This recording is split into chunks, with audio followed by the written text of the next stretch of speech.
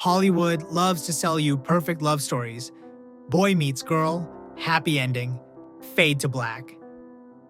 But behind the posters were real couples forced into closets, fake marriages, roommates, and dead wives invented for the cameras. In this video, we're opening their files. Watch till the end. Tell me in the comments which story broke you the most, and if you care about the queer history Hollywood tried to erase, don't forget to like, subscribe, and stay with us. 1. William Haines and Jimmy Shields, the man who chose love over Hollywood. There was a time when William Haines was the leading man of Hollywood.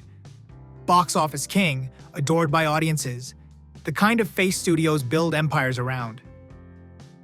And then the studios asked him to choose a fake wife for the cameras or the real man waiting for him at home. Jimmy Shields wasn't a star. He wasn't rich. He wasn't useful to MGM.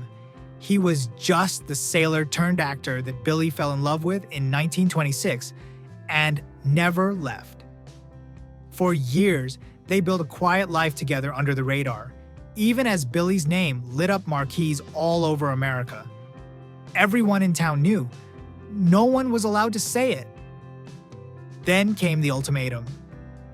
After an arrest at a gay cruising spot and whispers about the man he lived with, Louis B. Mayer called Haines in. Pick a woman, any woman. Do a lavender marriage. Pretend, or lose everything. Imagine being told your whole life is immoral conduct in a contract you didn't write. Billy's answer is almost too simple for how much it cost him. I'm already married.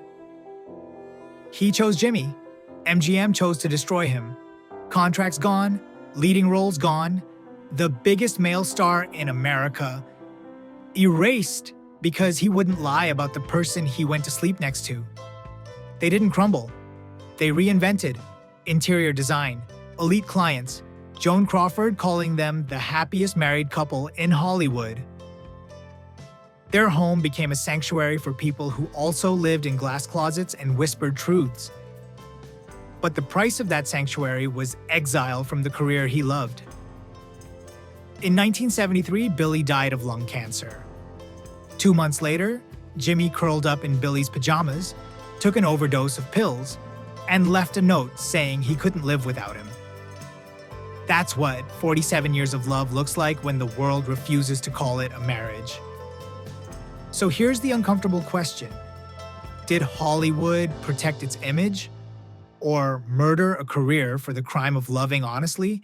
And if it's just how things were back then, does that excuse anyone? Tell me what you think.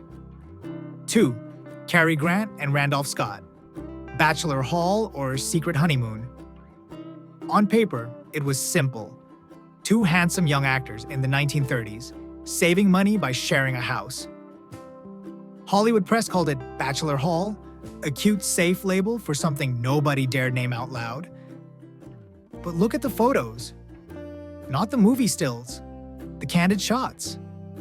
Cary Grant and Randolph Scott having breakfast by the window, lounging together by the pool, sitting side by side on the couch like every married couple you know who's been together long enough to forget the camera is there. Is that just roommates? For 12 years, they shared homes, routines, a life. Studio publicists panicked. 2 of their most bankable male leads living together in a beach house while fans daydreamed about marrying them. So the spin machine went into overdrive. Boys being boys, saving on rent, just good friends. Then came the pressure. The 1950s demanded the perfect nuclear family, husband, wife, kids, dog. Suddenly, the studios that tolerated Bachelor Hall decided it was bad for business. Cary and Randy both entered marriages that many historians quietly file under lavender, marriages that somehow never lasted as long as the time they spent sharing a roof with each other. Their relationship lives in a strange limbo. Cary's daughter insists her father wasn't gay, that he just enjoyed the mystique of people gossiping. Biographers argue Grant was bisexual, that Scott was the love of his life. Some fans say calling them a couple is disrespectful. Others say not calling them a couple is erasing queer history all over again. Here's the thing. The one relationship that stayed constant for longer than any of their marriages was the one nobody was allowed to name. When your roommate outlasts your wives, what does that say? So what do you see when you look at those old photos of Bachelor Hall? Two straight buddies in a weirdly intimate PR shoot, or a love story Hollywood forced into the costume of friendship? Drop your verdict in the comments. This one's going to divide people. 3. Rock Hudson and Lee Garlington, the love with no photos. Rock Hudson was the blueprint. 6'4", square jaw, the man studios sold as the dream husband of every American woman. But legends don't get to be human. They get to be posters. And behind that poster, Rock was living a life he was never allowed to admit existed. In the early 1960s, he met Lee Garlington, a young stockbroker. No studio contract, no PR plan. Just a guy who happened to be in the wrong era to fall in love with the most famous closeted man in Hollywood. They dated for a few years, quietly, cautiously, like criminals. The rules were brutal. No photos together, ever. If someone had snapped a casual picture of them at a party and it leaked, careers, contracts, endorsements could disappear overnight. They went to premieres with women on their arms, then slipped back to Rock's house through the side door. Can you imagine being told that the worst thing that could happen to a studio is someone seeing you next to the person you love?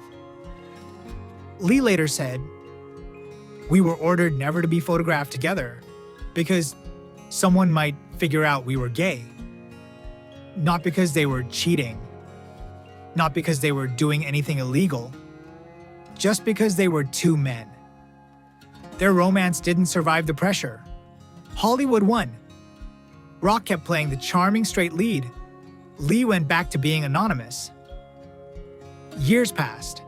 Then came the AIDS diagnosis, the headlines, the panic. Rock Hudson's coming out wasn't a proud press conference. It was an involuntary outing through a medical crisis. The same industry that forced him to hide suddenly used his illness as a morality story. After Rock died in 1985, Lee finally spoke about their relationship. He described Rock as the love of his life and admitted he had to sneak into the funeral. Think about that. The man who shared Rock's bed had to mourn him like a stranger. No seat in the front row, no public grief. Here's the question that stings. Did Hollywood create Rock Hudson? Or did it slowly destroy the man behind the name? And if the world hadn't found out he was gay through AIDS, do you think he would ever have been allowed to say it himself? 4. Raymond Burr and Robert Benavides, the dead wife, the dead son, and the man who was really there. On TV, Raymond Burr was the man who always found the truth. Perry Mason, Ironside, the hero who exposed lies for a living. Off-screen, he built one of the most elaborate lies Hollywood ever saw. He told interviewers about a tragic past, a beautiful wife who died in a plane crash, a son struck down by leukemia, a life marked by unbearable loss. Reporters wrote it down, fans cried with him, magazines turned his grief into legend. None of it was true. No wife, no son, no records, no obituaries. The dead family that made America feel sorry for him never existed. So what did exist? A young actor named Robert Benavides. They met on Perry Mason.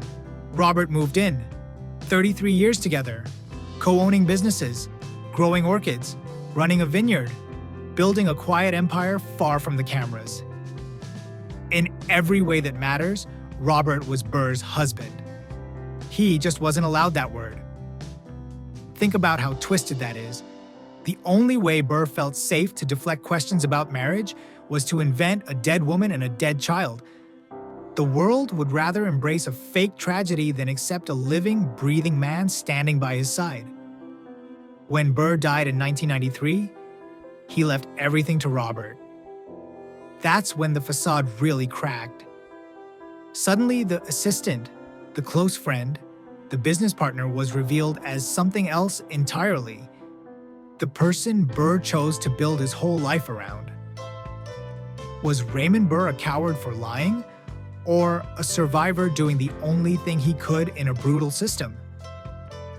If you had to choose between a career and telling the truth about the person you love, what would you have done in 1965? Tell me in the comments if you feel sympathy, anger, or both. And if you think stories like this deserve to be remembered, hit subscribe. We have a lot more secrets to open.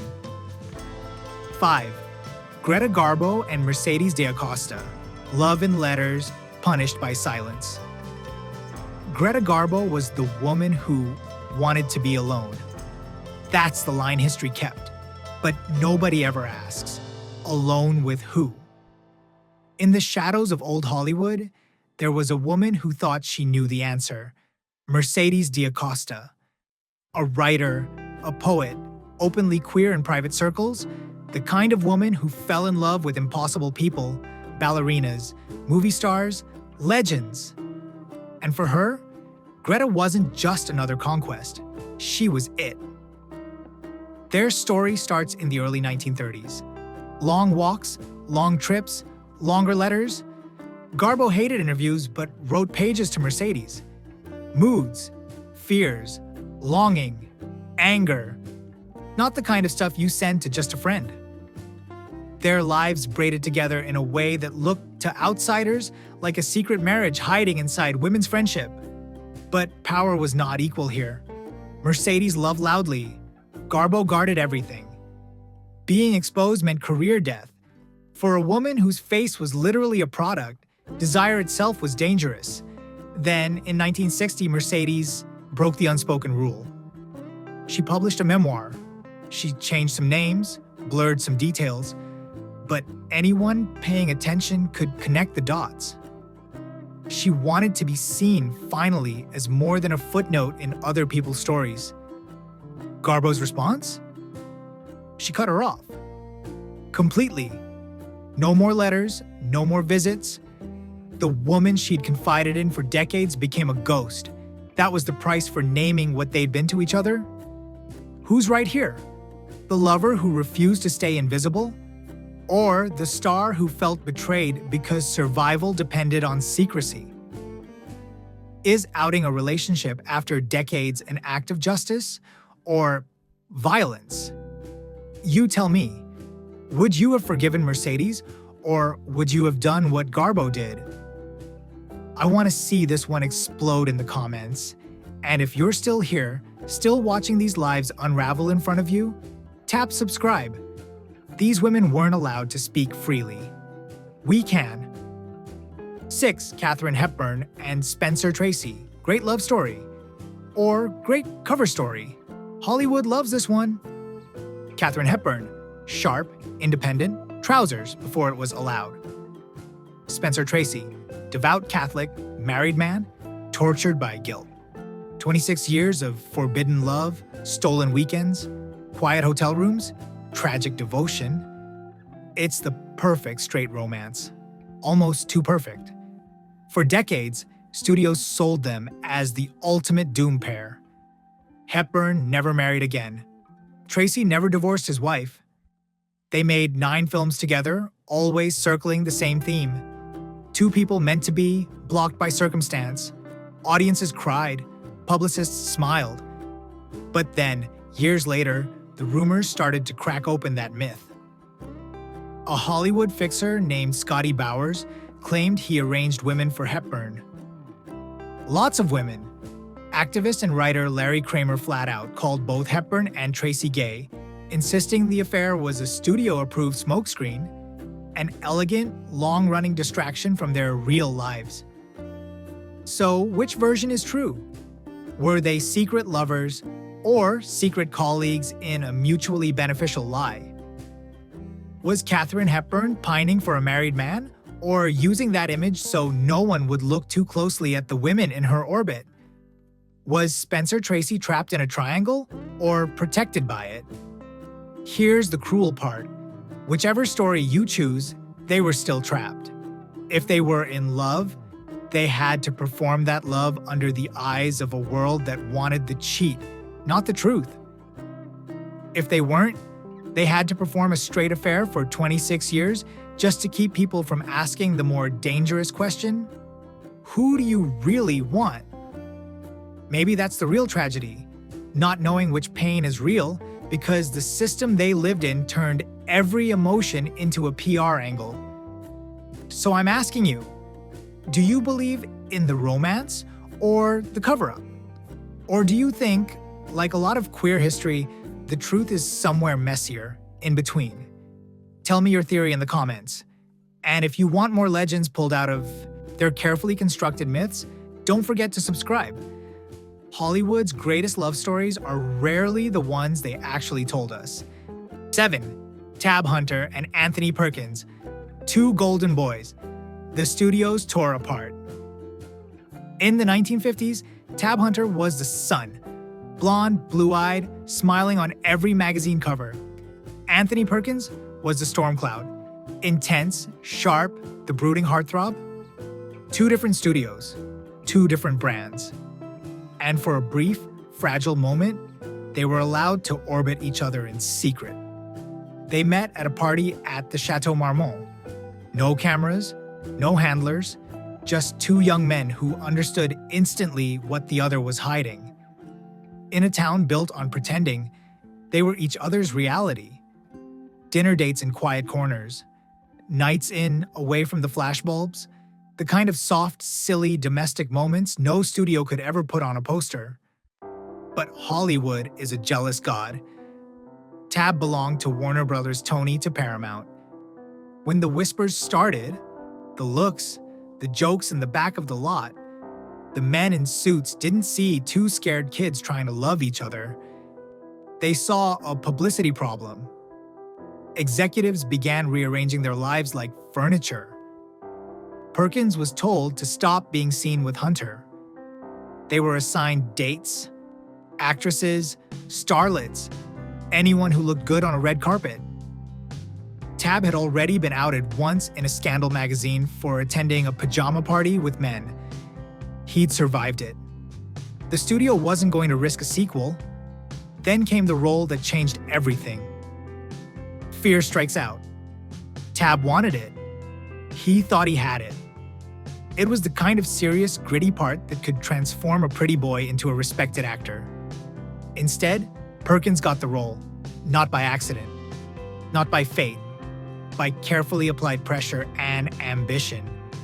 Did Tony choose his career over the man he was dating?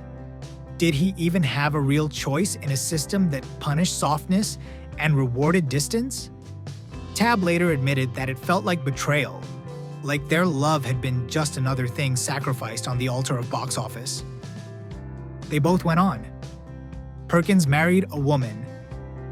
Tab eventually found a lasting partner in Alan Glazer.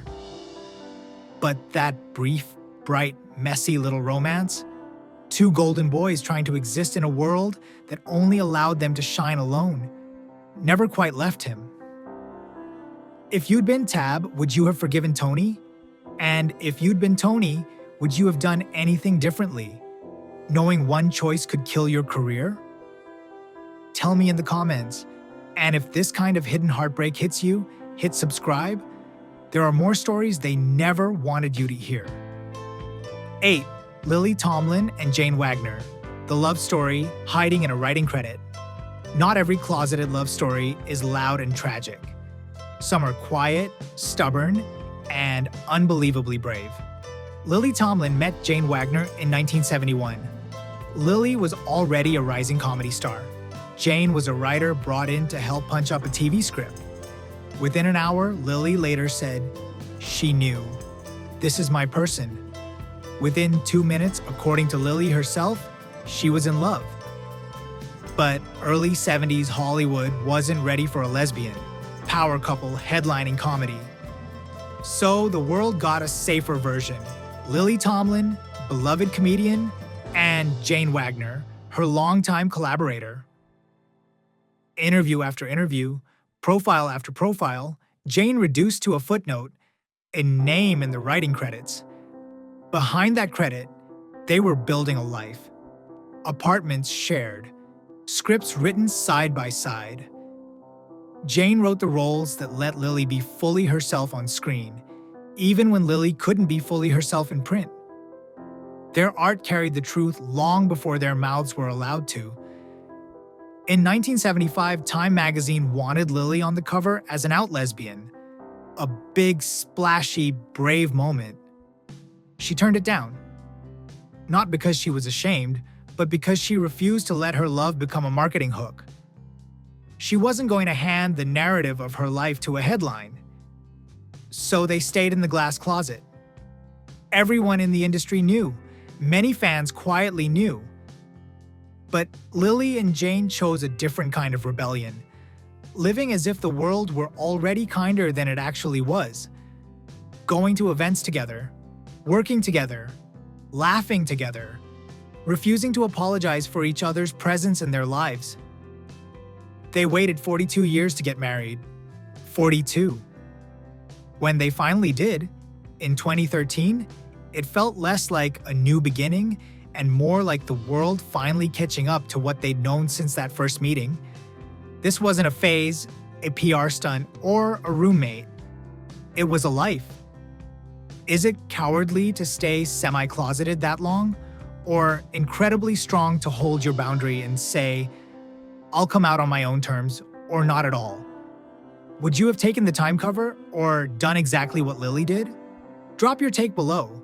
And if you're someone who's ever loved in the shadows, for any reason, you're exactly who this channel is for. Hit subscribe, stay with us. You're not alone here. 9. Jodie Foster and Sydney Bernard.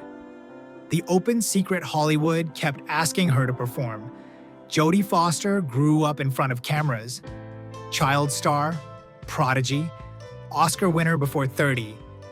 The world watched her grow, but only on its terms. Tough, serious, brilliant, and always silent about one thing. In 1993, on the set of Summersby, she met Sydney Bernard, a production coordinator. No red carpet love at first sight moment, no gossip column reveal. Just two women on a set, working, talking, slowly stitching a life together in the spaces between movies. For years, they were inseparable. In photos, if you knew where to look, in whispers, if you knew who to ask. They bought a home, raised 2 sons, holidays, school runs, quiet domestic routines, a family in every way that counted. Just not one the press was allowed to name. Reporters tried, over and over, "Are you gay? Who is Sydney to you?" Jodie's answer was always the same, a polite brick wall. She talked about privacy like it was armor. And maybe it was. In a world that had already hyper-scrutinized her body since she was 12, how much more did she owe us? Then came 2007. On stage receiving an award, she slipped, "My beautiful Sydney, who has stood by me through the good times and the bad." The room heard it. The world heard it. No fanfare, no rainbow flag, just one sentence. Small, but seismic. By the time she gave the famous Golden Globe speech in 2013, she and Sydney were no longer together. She joked she had come out 1,000 years ago to the people who mattered. She sounded tired, not of being gay, but of having her life treated like a puzzle she owed the public the final piece to. So, was she selfish for not setting an example sooner? Or was she right that queer people don't exist to be teachable moments on cue? If you grew up in a place where your safety depended on staying quiet, you probably know the answer in your bones. Not everyone can kick the closet door down. Some people slowly unscrew the hinges from the inside. Tell me how you feel about Jodie's way of doing it in the comments. Angry, understanding, or both. And if you're still here, still listening to these complicated, messy human stories, hit subscribe. The more we talk about them, the less any of us have to live like this again. 10. Ricky Martin, the Latin lover who was afraid of your heart breaking him. For a whole generation, Ricky Martin was desire.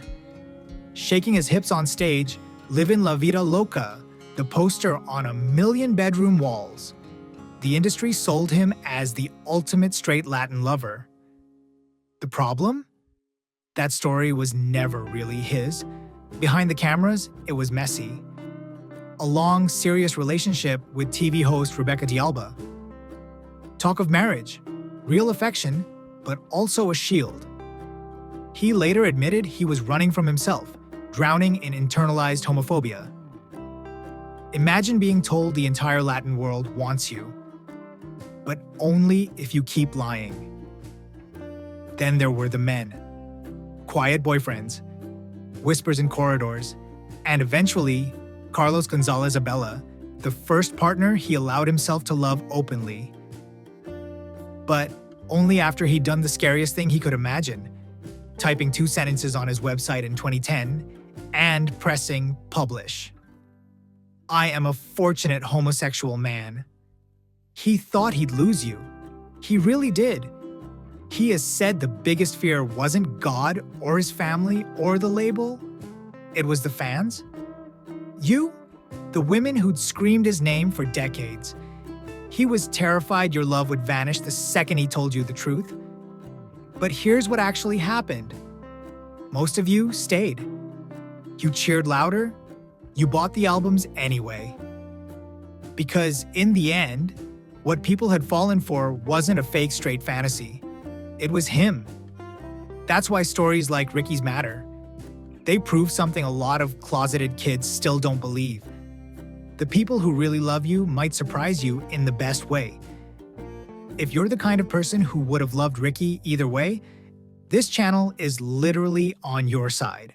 Hit subscribe, stay with us, and let's keep making the world a place where no one has to be the perfect fantasy just to be allowed to exist. These weren't just juicy rumors. They were lives, edited and censored so the studio image stayed clean. Some of them chose love and lost everything. Others chose survival and lost themselves. Which couple stayed with you after hearing all this? Whose ending did you wish you could rewrite? Tell me below. And if you want more hidden LGBTQ+ stories that Hollywood never dared to film, remember to like, subscribe, share, and come back for the next chapter.